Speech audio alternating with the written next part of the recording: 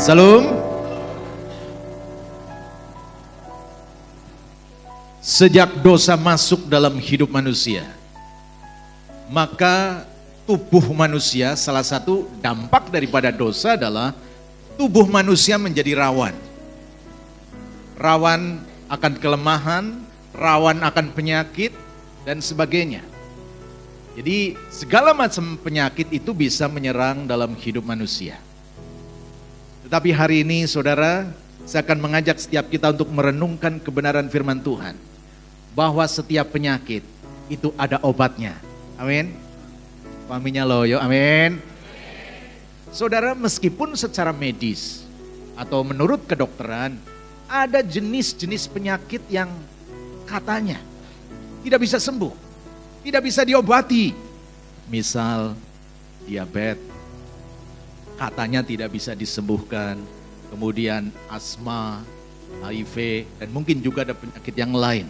Tetapi saudara, kalau kita kembali kepada back to the Bible, kembali kepada Alkitab, maka sebenarnya setiap penyakit itu ada obatnya. Kalau Tuhan mengizinkan adanya penyakit, Dia pasti juga memberikan obatnya. Amin saudara. Itu yang harus ada dalam pola pikir kita, mindset kita. Kalau Tuhan mengizinkan adanya penyakit, Tuhan juga pasti memberikan obatnya. Dan salah satu obat yang diberikan oleh Tuhan apa saudara? Alkitab mengatakan hati yang, hati yang gembira. Saya akan mengajak setiap kita untuk melihat Amsal pasal yang ke-17 ayat 22. Amsal pasal yang ke-17 ayat 22, ini adalah salah satu obat yang Tuhan sediakan untuk setiap penyakit yang Dia izinkan terjadi dalam hidup kita. Kita akan baca sama-sama saudara, Amsal 17 ayat 22.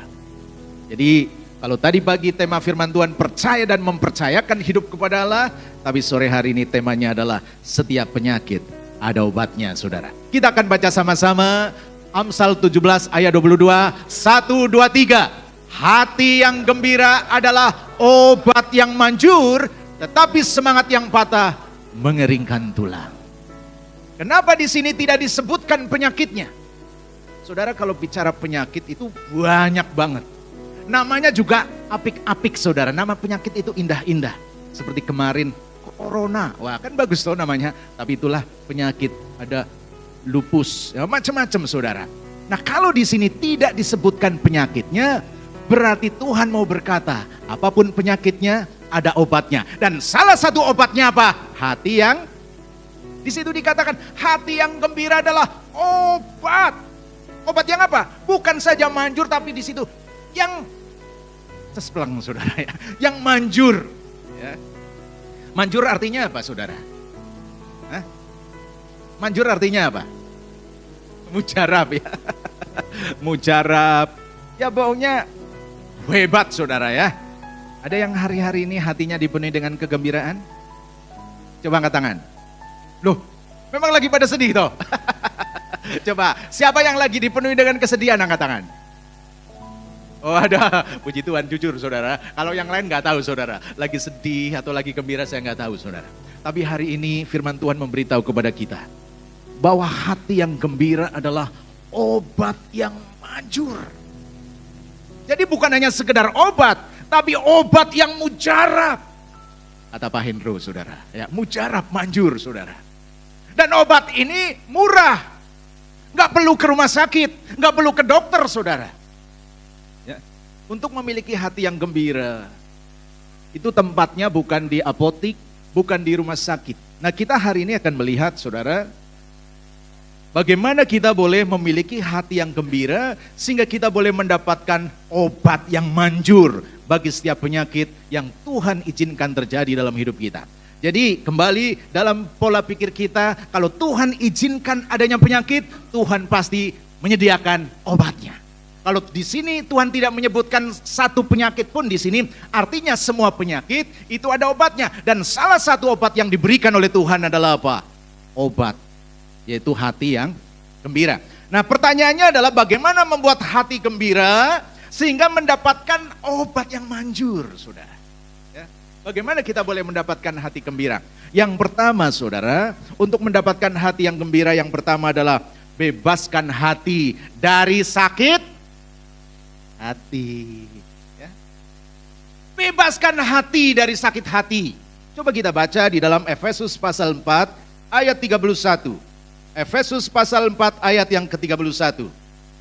Kalau Bapak Ibu Saudara yang mungkin pernah suka lihat YouTube, sebaiknya firman ini juga saya pernah sampaikan di salah satu YouTube saya, saudara. Mas Beni Budi, kalau mau nengok di antara saudara. Ya. Jadi saya akan bacakan demikian firman Tuhan. Segala kepahitan, kegeraman, kemarahan, pertikaian. Jadi ini sebenarnya saudara ya, saudara sekandung. Kepahitan, kegeraman, kemarahan, pertikaian, itu identik semua saudara. Berkaitan dengan keadaan hati. Dan fitnah hendaklah apa saudara? Dibuang. Dari antara siapa? Dari antara dari antara kita. Demikian pula segala kejahatan. Ini adalah yang membuat orang itu enggak gembira. Ya. Kalau orang masih ada yang namanya kepahitan, kegeraman, kemarahan, pertikaian, saya percaya orang ini akan dijauhkan dari yang namanya hati yang gembira. Malah sebaliknya. Kalau orang dipenuhi dengan kepahitan, ya, kegeraman, kemarahan, marah itu manusiawi, saudara. Ya, setiap orang itu bisa marah, Tuhan pun bisa marah. Tapi kalau sudah dipenuhi dengan amarah, nyimpen amarah, menjadi kepahitan, saudara, ini bukan manusiawi lagi. Karena Alkitab mengatakan, apabila kamu marah jangan sampai matahari terbenam. Jangan beri kesempatan kepada iblis. Artinya kalau marah dibiarkan berhari-hari dan terus menjadi bagian tinggal dalam hati kita, kita sedang memberi kesempatan kepada iblis. Untuk apa? Untuk merasuk, menguasai hati kita. Kalau hati dikuasai sama iblis, bukan lagi amarah manusiawi, tapi itu menjadi amarah setan, saudara. Kalau hati sudah dikuasai amarah setan, apa saja itu bisa dilakukan, apa saja itu bisa diperbuat. 2 bulan yang lalu, saudara, ada seorang anak itu membunuh mamah kandungnya. Bunuh mamah kandungnya. Bahkan ini tragis sekali, saudara. Dia membunuh mamah kandungnya dengan tusukan. Berapa? 50 tusukan. Mamah kandungnya. Bapaknya juga luka. Jadi orang tuanya dianiaya sama anaknya, mamanya sampai 50 tusukan. Bapaknya luka, bapaknya masih hidup. Ketika ditanya, kenapa kamu tega membunuh mama kandungmu? Jadi dia jawab, karena dipenuhi dengan amarah, dendam, saudara. Dari kecil sering dimarahi sama orang tuanya. Melakukan gini salah, melakukan gitu salah. Banyak disalah-salahin sama orang tua, saudara. Ternyata itu terakumulasi dari kecil, disimpan di hati. Kemudian jadi marah, jadi kepahitan, jadi geram, saudara. Nah, ketika ada kesempatan dimarahi sama orang tuanya, dia ambil pisau, saudara. Dikuasai sama yang namanya setan, yang namanya iblis. Tusuk mamanya sampai 50 kali, saudara. Mungkin dia, inilah tahun pertama, inilah tahun kedua, inilah tahun ketiga, ini. Sampai 50 kali, saudara. Dan akhirnya mamanya terkapar. Apanya juga penuh dengan luka ketika melerai itu. Jadi yang namanya kemarahan, hati-hati, saudara. Kalau kita kecewa, kalau kita marah, kalau kita disakiti, hal yang wajar. Kalau kita marah, tetapi kalau sudah menyimpan amarah, menjadi kemarahan, menjadi kegeraman, menjadi kepahitan, itu bisa menjadi kesetanan, saudara. Bukan saja kita akan dipenuhi dengan rasa sedih, rasa geram, tapi saya yakin 100% orang itu tidak akan bahagia hidupnya, tidak akan gembira hidupnya. Coba sekarang lihat kanan kiri, lihat mukanya, lihat mukanya. Lagi ada kemarahan, apalagi nggak ada.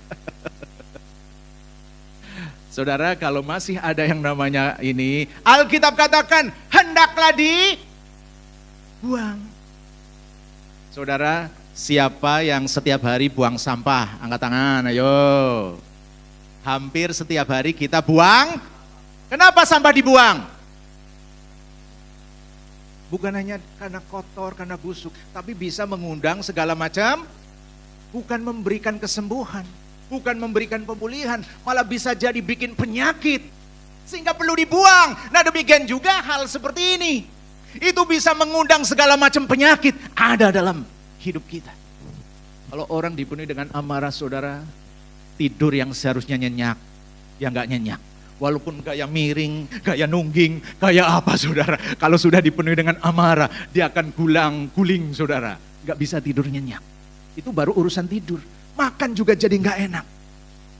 Waktu makan ingat si dia. Gara-gara dia. Makan jadi gak terasa enak saudara. Nah kalau itu terus berlarut, penyakit apa saja itu bisa timbul dalam diri kita. Memang kalau kita sakit, kalau kita disakiti, kita akan rasa sakit. Sakitnya di mana saudara? Di sini ya. Nah kata Mbak itu di sini saudara. Ya, sakitnya di sini. Tetapi saudara, itu harus dibuang. Itu adalah sampah. Itu bisa menyebabkan segala macam penyakit itu ada dalam diri kita. Bisa membuat aliran darah kita nggak lancar. Jadi yang pertama, bagaimana kita mendapatkan hati yang gembira? Bagaimana hati kita gembira dan mendapatkan obat yang manjur? Yang pertama, buang segala macam sakit hati. Bebaskan hati dari sakit hati. Sakit hati kalau sementara boleh hanya sekejap saudara. Tapi harus segera selesaikan. Segera buang saudara. Buang karena itu merugikan diri kita sendiri. Kadang-kadang orang yang mungkin menyakiti kita udah lagi ketawa, senang-senang, sementara kita masih sedih, saudara. Kita masih memikirkan dia. Ya, lebih baik buang saja itu sakit hati dalam diri kita. Itu akan membawa duka, membawa sakit pada diri kita sendiri. Makanya kitab Mazmur memberikan resep juga, saudara. Bagaimana kita mengatasi amarah di dalam Mazmur 4 ayat 4. Di sana dikatakan, tadi belum saya kasih itu ya. Mazmur 4 ayat 4 di sana dikatakan, biarlah kamu marah tetapi jangan berbuat dosa. Berkata-katalah dalam hatimu di tempat tidurmu, tetapi tetaplah diam. Ini luar biasa saudara. Rumus yang diberikan oleh pemazmur ketika kita marah. Ya, jadi marah itu hal yang wajar manusiawi, tapi ketika marah itu harus di-manage sedemikian rupa. Ya. Kemarahan itu bisa diatur saudara, di-manage. Jadi jangan hanya pinter manage duit saudara ya. Saya percaya semua di sini pinter ngatur duit. Kita juga harus pinter ngatur amarah, amin. Amarah itu bisa diatur. Nah pemazmur mengajak kita untuk kita bisa ngatur amarah. Biarlah kamu marah tetapi jangan berbuat dosa. Gimana caranya? Berkata-katalah dalam hatimu yang pertama. Yang kedua berkata-kata di tempat apa? Tempat tidur. Mungkin marahnya di jalan, saudara. Atau marahnya di mana gitu ya. Biasanya kalau istri marah sama suami, kan biasanya langsung masuk kamar toh. Gak apa-apa masuk kamar, ambil bantal, pukuli aja gak apa-apa. Saudara, dibedel-bedel juga gak apa-apa. Toh bantal bisa beli lagi. Jangan bedel-bedel suaminya saudara ya. Atau sebaliknya, suami juga kalau lagi marah, biasanya kelemahan laki-laki kalau lagi marah apa? Pergi. Nah di sini dikatakan kalau lagi marah, yang pertama mulut itu dikunci. Kalau orang marah biasanya yang keluar kalau dia ngomong kira-kira apa? Kalau orang lagi marah, pasti kutuk, caci maki, perkataan kotor itu yang keluar. Makanya firman Tuhan katakan, biarlah kamu marah, ya. Kalau marah biarlah kamu marah tetapi jangan berbuat dosa. Berkata-katalah dalam hatimu. Kalau ngomong dalam hati artinya apa? Yang ngomong di hati, nggak ada orang lain, nggak ada yang dengar, iblis juga nggak dengar saudara. Soalnya kalau kita ngomong ngeluarkan itu ditangkap sama setan. Kalau kita sudah ada Roh Kudus saudara, setan itu nggak bisa baca hati kita, ya, karena ada kemuliaan Allah yang melindungi kita. Tapi kalau kita ngomong, setan baru bisa nangkap itu saudara. Makanya makanya Alkitab ngomong, kalau marah itu boleh kamu ngomong, tapi di hati itu. Yang kedua lebih baik ya privacy, masuk aja ke kamar, ke tempat tidur gitu. Jangan dipamerkan kok. Wah, itu bisa nambah masalah, nambah persoalan. Jadi yang pertama, kembali kepada firman, bagaimana kita boleh mendapatkan hati yang gembira sehingga kita boleh mendapatkan obat yang manjur. Bebaskan hati kita dari tadi kemarahan, kebencian, kepahitan, kegeraman. Karena itu adalah sampah yang bisa menyebabkan segala macam penyakit ada dalam hidup kita. Oleh sebab itu firman Tuhan katakan, buang. Ya, buang jauh-jauh dari kehidupan kita. Amin. Coba katakan kepada kanan kirimu, aku mau buang sampah di dalam hatiku. Jangan hanya buang sampah di rumah saudara ya, sampah-sampah di hati juga harus dibuang. Kalau kita mau punya hati yang gembira. Saudara, itu yang pertama. Yang kedua, bagaimana kita boleh mendapatkan hati yang gembira atau bagaimana hati kita gembira sehingga mendapatkan obat yang manjur? Yang kedua adalah jaga hati dengan segala kewaspadaan. Coba kita baca Amsal yang saya percaya sudah hafal. Amsal 4 ayat 23. Amsal 4 ayat 23 di situ dikatakan, jagalah hatimu dengan segala kewaspadaan karena dari situlah terpancar kehidupan. Saudara, selama ini apa yang kita jaga dalam hidup kita? Ketika di rumah, apa yang kita jaga? Mungkin kita jaga anak kita. Kita jaga barang kita. Kita jaga uang kita. Tapi hari ini Tuhan minta supaya kita jaga hati kita. Saudara, kita punya otoritas terhadap hati kita sendiri. Jangan karena terlalu fokus jaga yang lain kita lupa untuk menjaga hati kita. Padahal Alkitab mengatakan, jagalah hatimu dengan segala kewaspadaan. Karena dari situlah terpancar kehidupan. Saudara, kalau kita mau memancarkan kehidupan, ada kehidupan dalam diri kita, dalam keluarga kita, hal yang paling harus dijaga sebenarnya adalah hati kita. Walaupun uang banyak, karena memang uangnya selama ini dijaga sedemikian rupa saudara, tapi kalau hati nggak dijaga, maka uang itu bisa menjadi sumber masalah dalam keluarga kita. Harta banyak, dijaga sedemikian rupa, tapi kalau hatinya nggak dijaga, maka harta itu bisa menjadi sumber masalah dalam keluarga kita.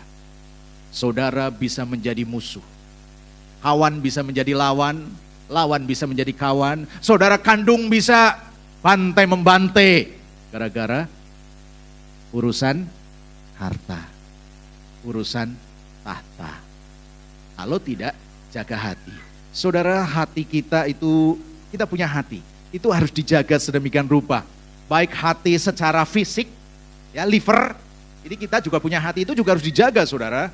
Makanya pentingnya yang namanya pola hidup, pola makan, pola pikir, dan yang keempat jangan kaken pola. Saudara ya, pola makan harus dijaga, pola hidup harus dijaga, pola pikir harus dijaga, dan yang keempat ojo kaken pola saudara ya. Nah kaken pola ini juga bikin penyakit, tidak menjaga pola makan, ya, tidak menjaga pola pikir, tidak menjaga pola hidup saudara, itu juga bisa merusak hati secara fisik, bisa menimbulkan penyakit, terlebih lagi kalau hati ini berkaitan dengan karakter kita, berkaitan dengan sifat kita, itu harus dijaga lebih lagi. Dijaga artinya apa sih saudara? Hal-hal yang gak perlu masuk di hati, jangan dimasukin. Hal-hal yang gak perlu dimasukin di pikiran, jangan dimasukin. Misal saudara, ada orang yang memfitnah kita, ada orang yang suka jelek-jelekin kita, ya. Kita belajar, ya cuekin aja saudara. Ya, jangan setiap orang ngomong yang jelek kita masukin hati. Jangan setiap orang ngomong yang negatif tentang kita, kita masukin hati. Jangan saudara, kita belajar memanage hati kita juga. Hal yang kira-kira sekiranya membuat hati kita kehilangan damai, kehilangan sukacita, kehilangan kegembiraan, jangan biarkan itu masuk. Kita punya keputusan sendiri. Jangan hati kita dikendalikan oleh perkataan orang. Amin saudara. Ya, kalau kita selalu memasukkan apa yang menjadi kata orang, hati kita bisa rusak, saudara. Ya. Bukan kita nggak dengar apa kata orang, enggak. Ya kita dengar tapi jangan dimasukin gitu maksudnya, saudara. Jangan kemudian disimpan. Aduh, misalnya ini misal, saudara. Ada orang ngomong sama ini perempuan, sama mbak-mbak. Ketemu sama teman lama, ngomong, awakmu kok lemu temen, itu misalnya, saudara. Bagi wanita memang sensitif ya, nggak usah dimasukin hati. Ya, orang lemu itu tandanya apa, saudara? Makmur. Yang kedua, orang lemu pasti empuk. Dan kalau bicara empuk, setiap orang suka yang empuk-empuk. Ya kan? Kita pikirannya positif saja. Ada yang di sini kalau tidur pakai bantal yang gak empuk, coba angkat tangan. Pengennya kan kalau pakai bantal yang empuk. Kalau pakai kasur yang empuk apa yang keras? Empuk. Nah, kalau punya pasangan yang ya coba, saudara, kalau pasanganmu tulang tok buat tiduran, buat layar, aduh keras temen gitu, saudara. Tapi kalau empuk kan enak gitu, saudara. Jadi bersyukurlah, saudara, yang dagingnya masih banyak, itu kan empuk tandanya, saudara. Yang penting nggak apa-apa orang ngomong, wah awakmu kalau sama temen, ya nggak apa-apa, tapi kan cantik, gitu aja, saudara. Justru yang empuk-empuk itu yang banyak dicari sama orang. Jadi jangan terus dimasukin hati, lalu sampai rumah ngaca. Petengku kok tambah gembrot. Ya, lalu dia, kalau gitu saya mau senam sehari, diet. Wah, udah, jangan apa-apa itu langsung dimasukin hati. Kita belajar hidup kita jangan dikendalikan oleh perkataan orang. Apalagi itu tidak ada kaitan dengan karakter, itu hanya masalah fisik, saudara. Bentar. Ini ada suara. Nah itu baru masalah empuk. Belum kalau masalah muka. Wis anak keripute ya. Nggak usah dimasukin, saudara. Ya memang semua kita juga pasti akan keriput. Semua, saudara. Semakin tua ya pasti mulai muncul. Iya, saudara, itu adalah hal yang wajar. Jadi jangan dikit-dikit dimasukin hati. Kita dengar, kita responi dengan positif. Dengan hati yang gembira. Jadi kita harus belajar jaga hati. Yang gak perlu dimasukin hati, gak usah dimasukin, cuekin saja. Saudara. Tapi hal yang perlu dimasukin hati, masukin. Apa? Firman Tuhan itu harus banyak dimasukin di hati kita, saudara. Kita terima dengan lemah lembut, kita terima dengan kerendahan hati. Itu yang justru akan membuat kita semakin sehat. Walaupun firman itu berubah apa? Teguran. Ya, firman kan bentuknya ada yang memang menghibur, menguatkan, memberi nasihat, tapi juga ada yang teguran. Kita juga terima dengan, ya, jangan dikit-dikit ketika pengkhotbah lagi berkhotbah lalu ada yang mau nyindir. Padahal yang khotbah juga nggak tahu, saudara ya. Saya pernah, saudara, khotbah di suatu gereja, ya bicara tentang amarah. Ketika selesai ibadah dia ngomong, Pak Beni tadi saya marah sama Pak Beni. Loh kenapa? Pak Beni nyinggung saya gitu loh. Saya nggak kenal dia. Ternyata orang ini, saudara, ya, orang ini ternyata pernah membunuh istrinya gara-gara amarah. Ya, gara-gara marah, saudara, akhirnya membunuh istrinya. Tadi kan saya khotbah tadi tentang kesetanan, saudara ya, nyimpen amarah kesetanan akhirnya bisa membunuh siapa saja. Nah orang ini marah sama saya katanya, saya nyinggung dia, padahal saya nggak kenal, saudara. Ya bersyukurlah kalau setiap kita boleh disinggung oleh firman Tuhan, berarti Tuhan masih mengasihi kita. Ya. Tuhan masih sayang sama kita. Kalau Tuhan masih menegur kita, berarti tandanya dia masih peduli dengan kita. Jadi itulah yang kedua, Bapak Ibu Saudara yang dikasih oleh Tuhan. Bagaimana kita mendapatkan hati yang gembira sehingga kita pun mendapatkan obat yang manjur, yaitu jagalah hati dengan segala kewaspadaan. Jaga hati termasuk di dalamnya juga dari apa? Dari iri hati. Coba kita baca tentang iri hati. Amsal pasal yang ke-14. Amsal 14 ayat yang ke-30. Di situ dikatakan hati yang tenang menyegarkan tubuh. Ya, walaupun dengar kabar yang macam-macam, biarkan hati kita tetap tenang. itu tubuh kita akan tetap seger. Tapi kalau kita dengar kabar-kabar terus kita nggak tenang saudara, waduh kita akhirnya jadi badannya itu nggak seger saudara. Tapi ketenangan itu akan membuat kesegaran di dalam tubuh kita, di dalam hidup kita. Kemudian di situ, tetapi iri hati membusukkan tulang. Waduh, tulang busuk saudara gara-gara iri hati. Apa sih iri hati? Iri hati itu adalah saudara, senang lihat orang lain susah. Susah melihat orang lain senang. Ya. Jadi dia senang kalau melihat orang lain susah. Tapi sebaliknya dia akan susah melihat orang lain senang. Gak rela orang lain senang. Kepengennya orang lain susah sehingga dia bisa jadi senang. Tapi saya percaya di sini tidak ada yang iri hati. Amin. Ya, tidak ada saudara. Ini bahaya. Bukan saja bisa menyebabkan di situ dikatakan membusukkan tulang, saudara. Coba rasanya gimana? Kalau tulang kita sampai busuk, artinya penyakitnya sampai ke dalam, saudara. Tulang kan nggak kelihatan tuh, nggak nampak, tapi bisa busuk. Jadi penyakit itu banyak timbul justru karena apa? Berasal dari hati. Penyakit yang berat-berat itu banyak muncul gara-gara kita tidak menjaga hati kita. Sebaliknya saudara, kita bisa tetap sehat kalau kita bisa menjaga hati kita. Makanya firman Tuhan katakan dengan tegas, jagalah hatimu. Dengan hati-hati, karena dari situlah terpancar kehidupan. Usahanya jadi hidup. Pekerjaannya hidup. Keluarganya jadi hidup. Kan ada toh keluarga yang seperti seperti apa namanya nggak hidup lah ya, komunikasinya nggak hidup, rasanya di situ jarang ada canda, jarang ada tawa, padahal cukup segalanya, tapi nggak hidup. Kenapa?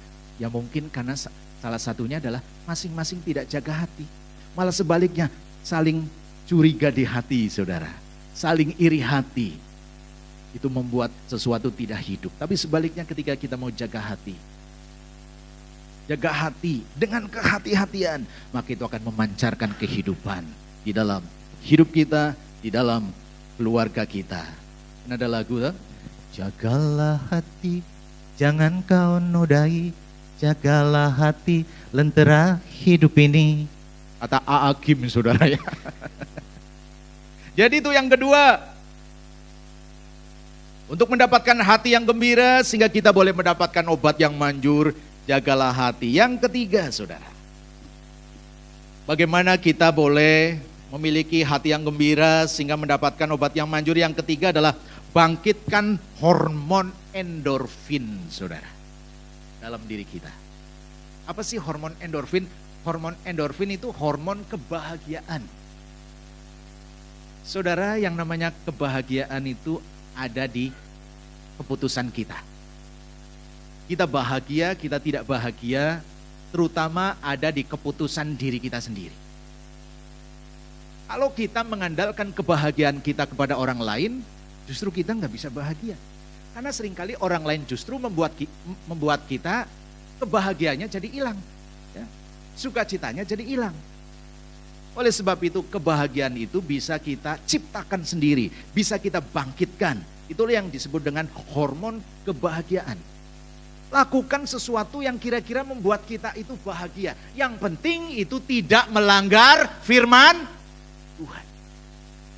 Ingat, di dalam diri kita kan ada roh, ada jiwa, ada tubuh. Semuanya itu butuh makanan untuk bisa sehat, saudara. Roh butuh makanan, apa firman Tuhan. Jiwa butuh makanan. Di dalam jiwa ada perasaan, ada kehendak, ada pikiran. Itu butuh makanan. Apa makanan jiwa, saudara? Refreshing, saudara ya. Itu makanan jiwa. Plesir, jalan-jalan, ya, shopping, apalagi bagi ibu-ibu. Wah, itu bisa, hormon endorfinnya itu bisa berlipat kali ganda ya. Kalau shopping ya Bu ya. Yang penting ada uangnya ya. Tapi nggak ada uang juga kadang-kadang tetap bisa bahagia. Yang penting bisa jalan, lihat barang-barang, saudara. Ini bedanya laki-laki sama perempuan. Kalau laki-laki mau beli odol, saudara, ya dia langsung ke tempat odol. Hah, udahan, pulang. Tapi kalau perempuan berbeda. Mau beli odol, Mampir dulu ke tempat tas. Wih, lihat tasnya, oh bagus juga, bayangin. Waduh, rasanya ini tas bagus banget nih kalau dibawa kondangan. Itu saudara, bayangin, lihat dompetnya. Wah, masih kurang, kapan-kapan balik lagi ke sini saudara. Habis tas, lihat lagi apa? Oh ke tempat baju. Ya, mikir lagi, oh tas itu kalau sama baju ini rasanya matching banget saudara ya. Cocok banget. Di tas 1 jam. Lihat sana sini, di baju berapa jam sih? Udah nyoba-nyoba ya, cocok rasanya. Ya. Padahal tujuannya beli odol saudara ya, mampirnya ke tas, mampirnya ke baju. Habis baju nggak selesai, kemana? Kemana? Sepatu saudara ya. Lalu dibayangin, waduh betapa cantiknya saya. Kalau kondangan bawa pakai tas itu, pakai baju ini, pakai sepatu. Cocok semuanya. Ada kepuasan, ada kebahagiaan. Nah itu bedanya laki-laki sama perempuan. Makanya salah satu cara kalau lihat istrinya lagi stres, ajak aja, mah ayo ke mall. Pasti mau saudara stresnya hilang. Saudara. Walaupun di sana muter-muter sampai berjam-jam saudara, biasanya nggak capek. Tapi sampai rumah baru ngetok saudara, minta dipijit sama suaminya. Tolong pijitin lah. Saudara, itulah kelebihan wanita. Ada banyak, itu baru masalah itu ya. Termasuk kalau di jalan juga sama kelebihan wanita saudara. Saya beberapa kali ketipu. Di depan saya itu motor, ibu-ibu naik motor. Saya juga naik kendaraan. Di depan ada perempatan. Ritingnya itu kiri, lip ke kiri, jadi saya pelan-pelan pas ada perempatan. Sampai di perempatan bukan ke kiri, tapi ke kanan saudara. Itulah yang namanya emak-emak saudara. Ya, jadi ada banyak kelebihannya, ada banyak keunikannya. Kembali saudara, apa yang membuat kita bahagia, lakukan itu. Kalau ibu-ibu kok senang senam, ya ikutlah senam. Ya. Kalau memang itu membuat, makanya suami juga harus ngerti. Apa harus tua? Jangan saudara, ya. Suami juga harus belajar mengerti. Ya kalau memang ibunya senang senam, biarlah ikut senam. Kalau memang ibunya senang nyanyi, biarlah dia ikut nyanyi. Ingat bahwa di dalam diri kita kan ada roh, ada jiwa, ada tubuh. Ya. Saya juga sampai sekarang masih nyanyi saudara, masih senang karaokean. Ya karaokean bukan di tempat karaoke, plus bukan saudara, bukan ya. Karaoke itu di kafe di Banyumas juga ada kan, karaoke di rumah juga ada karaoke karena memang senang nyanyi. Itu adalah bagian daripada apa? Jiwa, kebutuhan jiwa. Ya. Walaupun nyanyinya juga tidak selalu rohani, tidak selalu lagu rohani. Kalau lagi kepengen rohani, ya saya nyanyi rohani. Kalau lagi kepengen dangdut, ya saya nyanyi dangdut. Kadang-kadang jogetan sendiri juga saudara ya. Sambil olahraga gitu saudara ya. Sambil olahraga. Jadi kita bisa menciptakan yang namanya hormon endorfin, hormon kebahagiaan bagi diri kita sendiri. Itu bisa dibangkitkan. Kalau yang senang plesir, ya plesirlah. Kalau memang punya uang saudara, ya. Iya kan, kalau memang punya uang ya plesir aja gitu. Kalau memang itu bisa membuat bahagia, apa yang membuat kita bahagia dan itu tidak melanggar kebenaran firman Tuhan, lakukan. Gak tahu nih, Pak Hendro senyum-senyum. Coba, ibu-ibu mulai bikin list, daftar apa sih yang membuat aku bahagia ya? Tulis, lakukan. Karena itu akan membangkitkan hormon endorfin saudara. Jadi kebahagiaan itu bisa kita ciptakan sendiri. Saya akan mengajak kita untuk melihat ayat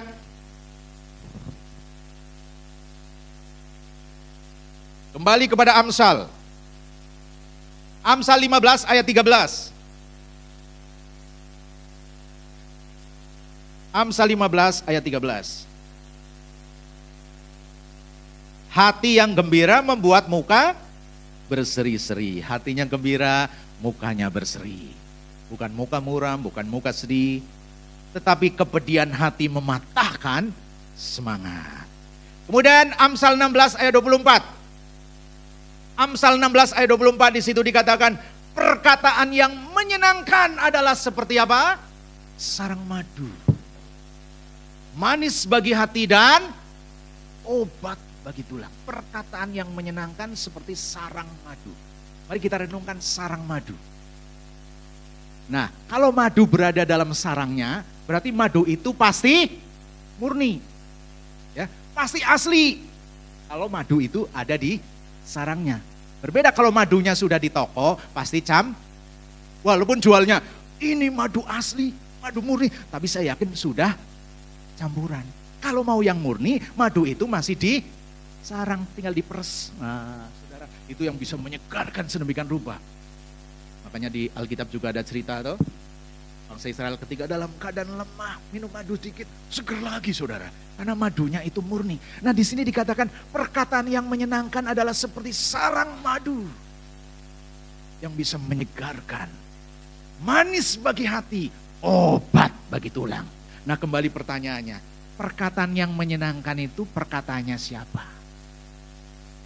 Kalau perkataan orang itu cenderung tidak menyenangkan. Ya Pak ya?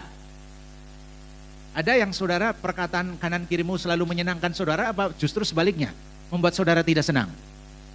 Nah kita mulai belajar memperkatakan perkataan yang menyenangkan terhadap diri kita sendiri. Ya. Kita mengatakan perkataan yang menyenangkan terhadap diri kita sendiri. Misal sambil ngaca, misal saya ngomong aja, ini kamu kok ganteng ya? Kamu ganteng, kamu sehat. Ya kan Benny dah? Gak apa-apa. Jangan nunggu orang lain ngomong menyenangkan kita, enggak. Ya, enggak usah nyuruh-nyuruh orang saudara. Biarlah kita mulai dari kita ke kita sendiri dulu. Kalau kita sendiri sudah menghargai diri kita, jangan dikit-dikit ngaca. Kok ternyata aku tua ya? Jangan saudara ya. Walaupun umur bertambah kita tetap mengatakan, walaupun usia saya tambah, ternyata saya tetap cantik. Saya tetap awet muda. Lebih baik seperti itu.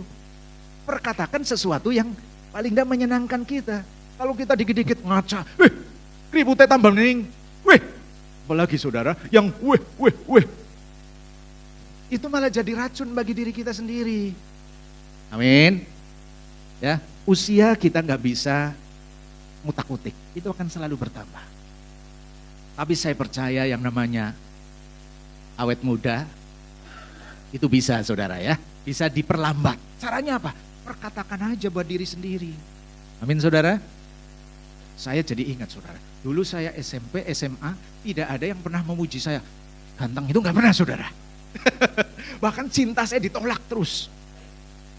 Ya, SMA, nyatakan cinta, ditolak. Lulus SMA, ditolak juga. Benny, kalau saya mau sama kamu, dunia goncang. Nolaknya gitu saudara. Tapi gak tahu, ketika mulai kuliah ya, udah 30 tahun ke atas. Nah disitulah saya baru dengar, Ben, kok sekarang kamu jadi ganteng ya? Enggak tahu saudara. Ya, malah semakin usia semakin ini malah jadi enggak tahu. Sekarang pun masih ada ya orang ngomong gitu. Padahal saya sendiri, ya mungkin karena berawal dari ngomong terhadap diri sendiri saudara. Kan saya kadang-kadang sendiri, yang ngomong sendiri ya, Ben kamu masih kuat, masih muda, ganteng lagi saudara. Ya sekarang ternyata ada juga orang ngomong ke saya, Pak Benny kok masih ganteng ya? Saudara, sekarang usia saya berapa sih ya? Sekarang tahun berapa ya? Oh ya, 2023. Sekarang saya usia 54 saudara. Ubahnya masih banyak, tapi mukanya kan masih kayak 14 ya. Jadi saudara ya, kebahagiaan kita bisa ciptakan sendiri. Kalau kita mengandalkan kebahagiaan dari anak, kadang-kadang anak itu gak selalu nurut sama kita. Kadang-kadang kalau kita mengandalkan kebahagiaan dari pasangan, ada kalanya juga pasangan tidak selalu bisa membahagiakan kita. Yang bisa membuat kita bahagia yang pertama Tuhan. Itu Tuhan. Tuhan Yesus, Allah Bapa, Roh Kudus. Yang kedua adalah diri kita sendiri. Jadi ciptakan hormon endorfin, hormon kebahagiaan bagi diri kita sendiri. Bangkitkan itu.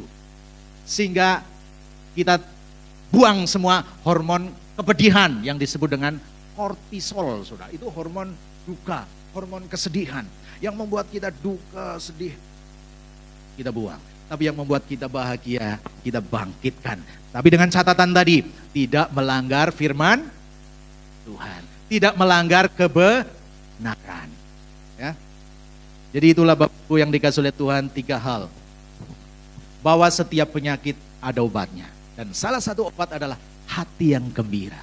Bagaimana hati kita gembira sehingga bisa mendapatkan obat yang manjur? Yang pertama, bebaskan hati dari segala macam sakit hati, kemarahan dan sebagainya. Yang kedua, jagalah hati dengan segala kewaspadaan. Dan yang ketiga, bangkitkan hormon kebahagiaan di dalam diri kita. Tuhan memberkati. Kita naikkan pujian, kebaikan-Mu Tuhan. Kalau kita ada sebagaimana kita ada saat ini, itu semata-mata karena kasih Tuhan, karena kebaikan Tuhan yang senantiasa dicurahkan kepada kita.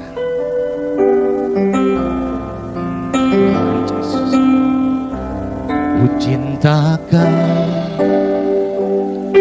rahmat-Mu nyata bagiku, hidupku di dalam tangan-Mu. Sejak pagi ku terbangun sampai ku terbaring, ku nyanyi kebaikan-Mu Tuhan. Sepanjang hidupku Kau setia, sepanjang hidupku Kau sangat baik. Nafasku memuliakan-Mu, ku nyanyi kebaikan-Mu Tuhan.